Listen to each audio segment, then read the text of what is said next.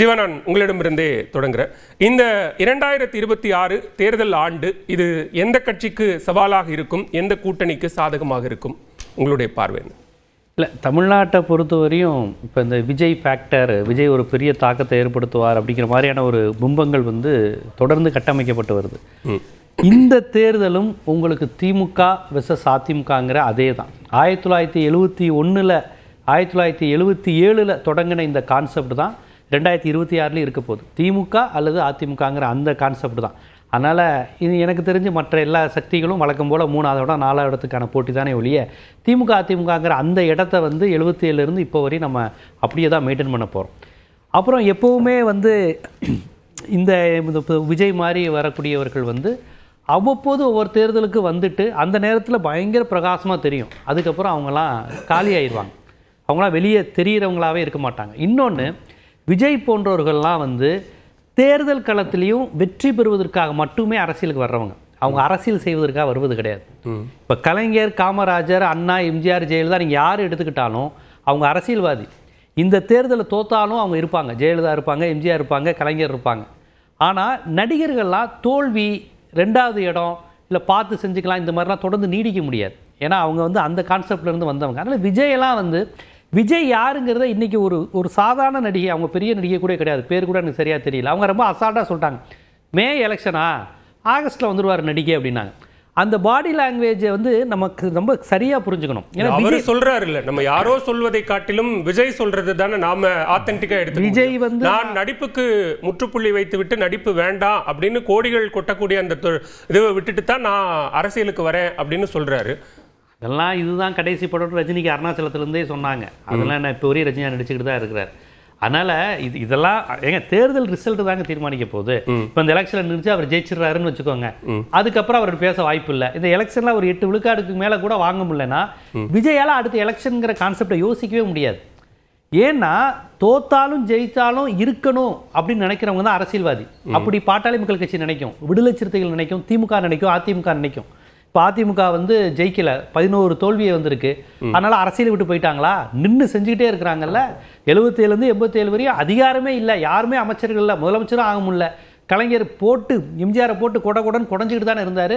அப்பயும் மாநிலத்தையும் ஏற்றுக்கிட்டு மத்தியிலையும் ஏற்றுக்கிட்டு இந்திய எதிர்ப்பு, எம்எல்ஏக்கள் பதவி பறிப்புன்னு ஏதோ ஒரு அரசியலை தினமும் செஞ்சுக்கிட்டு இருந்தாங்களே, அதிகாரத்தில் இல்லைனாலும். ஸோ அதிகாரத்தில் இருந்தாலும் இல்லைனாலும் உங்களுக்கு அரசியல் இருப்பவர்கள் தான் அரசியல்வாதி. இந்த மாதிரி நடிகர்கள்லாம் இல்லை. இப்போ இந்த மாதிரி நடிகர்கள் நீங்கள் அவங்க ஒரு அரசியல் இயக்கத்தை தொடங்கி 2 ஆண்டுகள் ஆச்சு, நேரடியாக எங்களோட இலக்கு 2026 சட்டமன்ற தேர்தல் தான் அப்படின்னு முடிவெடுத்துட்டு தான் தேர்தலை சந்திக்கிறாங்க. இந்த தேர்தலுக்கு பிறகாகத்தான் அவர்களினுடைய மதிப்பீட்டை நம்ம முடிவுக்கு கொண்டு வர முடியும். அப்படி இருக்கும்போது முன்முடிவோட அவங்களை அணுகுறோம் அப்படின்னு. முன்முடிவு இல்லை, இதுதாங்க சரியான முடிவு, வேற ஒன்றும் இல்லை. இப்போ விஜய் இதை பார்த்துக்கிட்டு இருந்தாருன்னா கரெக்டாக கணிக்கிறாங்களே அப்படிங்கிற மாதிரி தான் அவர் சொல்லுவாப்புல. விஜய் யாருங்கிறது நீங்க அந்த வட்டாரத்துல, சினிமா வட்டாரத்தில் இருக்கவங்களுக்கு நல்லா தெரியும். அவங்களால ஒரு அஜித் படம் வெற்றி பெறுவதை தாங்கிக் கொள்ள முடியாது. ஒரு உதாரணத்துக்கு சொல்றேன், அவங்களால படமும் இன்னொரு படம் அஜித் படம் ஓடிடுச்சுன்னு கேட்டா ஃபீல் பண்ண முடியாது. எப்படியா என் படமும் 100 நாள் ஓடுதுன்னு போய் ஒரு ஹவுஸ்ஃபுல் போட ஓடுனாலும் நடிப்பாங்க. இந்த பிஆர்ஓ வேலை பார்த்து வந்துகிட்டு இருக்கிற நடிகர்கள் தான் இவங்கெல்லாம். இன்னைக்கெல்லாம் வார் ரூம் பாலிடிக்ஸ் தான் சினிமாவில். தனுஷ் அடிக்க, சிம்பு அடிக்க, தனுஷ், இது இப்படித்தான் அது ஓடிக்கிட்டு இருக்கு. சிவகார்த்தியனை காலி பண்ண, இவரை காலி பண்ண, அரசியலே வார் ரூம் வந்துருச்சு. அதான் ரெண்டுமே கேவலங்கிறேன். தன்னுடைய நல்ல செயல்பாடுகளை சொல்லி வளர்றதை விட எதிரியை அசிங்கப்படுத்து, அவமானப்படுத்துங்கிற ஒரு ரொம்ப இழிவான கல்ச்சர் இப்போ இந்த சமூக வலைதள டிஜிட்டல் யுகத்தில் வருது இல்லைங்களா. இவங்களாம் இதன் மூலமாகவே வளர்ந்தவங்க. விஜயெல்லாம் பூவே உனக்காக படம் பிரசாந்துக்கு கிடைக்கிறதா இருந்தது. அவங்க அப்பா பேசி எப்படியாவது எனக்கு ஒரு வாழ்க்கை கொடுங்க தான் பூவே உனக்காக வந்தது. பிரசாந்த் கிடைக்க வேண்டிய பல படங்களை இது பண்ணாங்க. அந்த 96லேயே அவங்க அந்த பிஆர்ஓ ஒர்க்கு அவங்க பண்ண ஆரம்பிச்சிட்டாங்க. அவங்க அப்பா ஆல்ரெடி ஒரு அனுபவம் வாய்ந்ததுனால அதை தன் பையனுக்காக செஞ்சாருன்னு வச்சுக்கோங்களேன். இப்போ அரசியலே அந்த பிஆர்ஓ தான் அவர் பண்றாரு. மற்றபடி அவங்க நேரடியான திட்டங்கள் மூலம், மக்கள் செயல்பாடுகள் மூலமும், ஒரு சாக்கடையில் இறங்கி நிற்கிறது மூலமாக அவர் மக்களுக்கான பணியை இருக்கிறாரு. பனையூரில் இருந்துக்கிட்டு பால்கனி பாலிடிக்ஸ் தான் பண்ணிக்கிட்டு இருக்காரே ஒழிய அவராலலாம், நான் திருப்பி சொல்றேன், ஒரு தேர்தலில் வெற்றி இதெல்லாம் இல்லாமல் அவரால் இருக்க முடியாது. ஒரு வெற்றி வரணும், முதலமைச்சர் ஆகணும், இதை தவிர்த்து அவங்களுக்கு அரசியல் வேற நோக்கம் கிடையாது. ஆனா மற்ற அரசியல் கட்சிகள் அப்படி கிடையாது. அதனால இந்த விஜய் ஃபேக்டர்லாம் எலெக்ஷனுக்கு அப்புறம் இப்ப நீங்க விஜயை தவிர்த்து தமிழ்நாடு அரசியல் களம் எப்படி அதிமுக, திமுக வெர்சஸ் அதிமுக இருந்ததோ அது அப்படியே தான் தொடருது, அப்படியே தான் இருக்குங்க. நீங்க 89லயே களம் மாறிடுச்சு, எம்ஜிஆர் செத்து போயிட்டாரு, அதிமுக 2 துண்டா உடைஞ்சிருச்சுன்னு சொன்ன காலகட்டத்திலேயே கூட உங்களால திமுகவுக்கு அடுத்து பெரிய இடத்துல 36 வர முடியல. 96ல திமுக 2ஆ உடைஞ்சிருச்சு. ரெண்டா உடைஞ்சிருச்சுன்னு சொல்லி மதிமுக ஒன்று வந்துருச்சு அப்படின்னு சொன்ன காலகட்டத்தில் கூட உங்களுக்கு அப்போ அதிமுக மிகப்பெரிய பின்னடைவை சந்தரிச்சாலுமே அதுக்கப்புறம் உங்களுக்கு நின்றுச்சுல திமுக தான் 1000 இருந்தாலும் கலைஞர் ஜெயலலிதா தான் தமிழ்நாடு அப்படிங்கிறதுல தொடர்ந்து பயணிச்சுச்சுல. சீமான் வந்தாரு, அன்புமணி நான் தனியா நிக்க போறேன்னாரு. எந்த ஃபேக்டர் வந்தாலும் உங்களுக்கு திமுக அதிமுக அல்லது அதிமுக திமுக இதுதான் தமிழ்நாடு. விஜயும் அந்த மாதிரியான ஒரு ஃபேக்டர் தான். இன்னும் சொல்ல போனா சீமான் அன்புமணியாவது பொலிட்டிக்கல் அனிமல். அவங்க அரசியல் களத்தோட இருக்கிறவங்க, அரசியல் ரீதியா கேள்வி கேட்கிறவங்க, ஏதாவது ஒரு பிரச்சனைக்காக மக்கள்கிட்ட நிக்கிறவங்க, ரயில்வே ஸ்டேஷனை மறைக்கிறாங்க, பஸ் மறைக்க எவ்வளவோ போராட்டங்களை பண்ண அந்த கட்சியே தன் ஆல்டர்னேட்டிவா வர முடியலையே. திமுக ஆல்டர்னேட்டிவ் அதிமுக தான், அதிமுக ஆல்டர்னேட்டிவ் திமுக தான். அதனால இதெல்லாம் சும்மா ஒரு தோற்ற மயக்கம் மாதிரி வந்துகிட்டு. ஆனா இங்க தேர்தல் களத்துல போட்டி திமுகவுக்கும் தாவேக்காவுக்கும் தான் அப்படின்னு சொல்றாரு. அந்த நரேட்டிவை எப்படி பார்க்க? அந்த நரேட்டிவுக்கு கடுமையா கோவப்பட வேண்டியது அதிமுக தான். ஏன்னா களத்திலேயே இல்லைன்னு அவ்வளவு பெரிய கட்சியை பார்த்து அவர் சொல்லியிருப்பதுங்கிறது ஒரு ஆணவத்தோட உச்சமா தான் நான் பார்க்கிறேன். அவர் ஏதோ அதிமுக தமிழ்நாட்டில் அதிக முறை ஆட்சி செஞ்ச கட்சி அதிமுக. உங்களுக்கு ஒரு 5-6 வருஷத்துக்கு முன்னாடி வரையும் அதுதான் ஆட்சி கட்டில இருந்த ஒரு கட்சி. களத்திலே நீங்களாம் இல்ல, நீங்களாம் ஒரு ஆளாங்கிற அளவுக்கு அவர் பேசுறாருன்னா அது அதிமுகவே நேரடியாக சீண்டுன விஷயம்.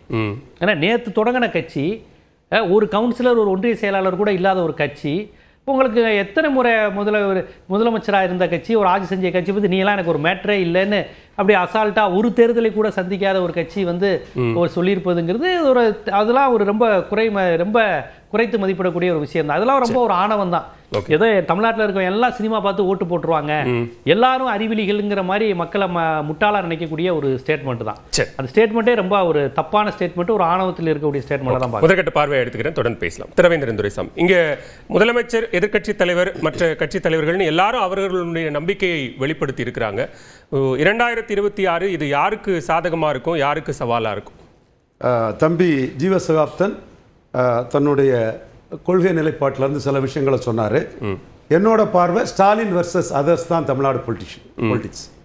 இதில் நான் என்னோட தரவுகளை நான் கொடுக்குறேன். திமுக வேண்டாம், அண்ணா திமுக வேண்டாம்னு சீமான் வாக்கெடுக்கல 2024. 4வது ஒருத்தராக தான் வாக்கெடுத்தார், 3வது வாக்கெடுக்கல. தம்பி அதை ஏற்றுக்கூடாதுன்னு நினைக்கிறேன். அதில் எடப்பாடி பழனிசாமி ஐயா அவர்கள் பாராளுமன்றத்தை நாங்கள் முடிவு பண்ணுவோம், பிரதமர் யாருன்னு முடிவு பண்ணுவோம், அதிமுக தான் முடிவு பண்ணுவோன்னு பிரதமர் வேட்பாளர் இல்லாமல் 20 விழுக்காடு வாக்கெடுத்தது அவருக்கு சாதனை தான். ஆனால் அதே சீமானும் பிரதமர் வேட்பாளர் இல்லாமல், கூட்டணி இல்லாமல், ஜெயலலிதா அம்மையார் உயிரோடு இருக்கும் போது அதிமுகவுக்கு முன்னாடி 1.1 விழுக்காடு வாக்குக்கு போன சீமான் அதே அதிமுகவுக்கு எதிராக விளவங்கோட்டில் 4வது இடத்துக்கு அதிமுகவை தள்ளி, வரலாற்றிலே 4வது இடத்துக்கு அதிமுக எங்கேயும் ஒரு இடைத்தேர்தலில் போயிருக்குமாங்கிற ஒரு சூழ்நிலை இல்லை. 3வது இடத்துக்கு போயிருக்கு, பட் 4வது போனதாட்டு வரலாறு இல்லை. 4வது இடத்துக்கு தள்ளி இடைத்தேர்தலில் அதில் என்ன இருக்குது, சீமானு கூட்டணி கிடையாது, இவரு கூட கூட்டணி. அந்த அதிமுக திராவிட கட்சியை பலவீனப்படுத்தி இருக்கிறாரு. ஒரு மக்களவை தொகுதியில் 2 பேருக்குமே பிரைம் மினிஸ்டர் கேண்டிடேட் கிடையாது, 4வது இடத்துக்கு தள்ளி இருக்கிறாரு. அதிமுக முதல்ல ஆட்சிக்கு வந்த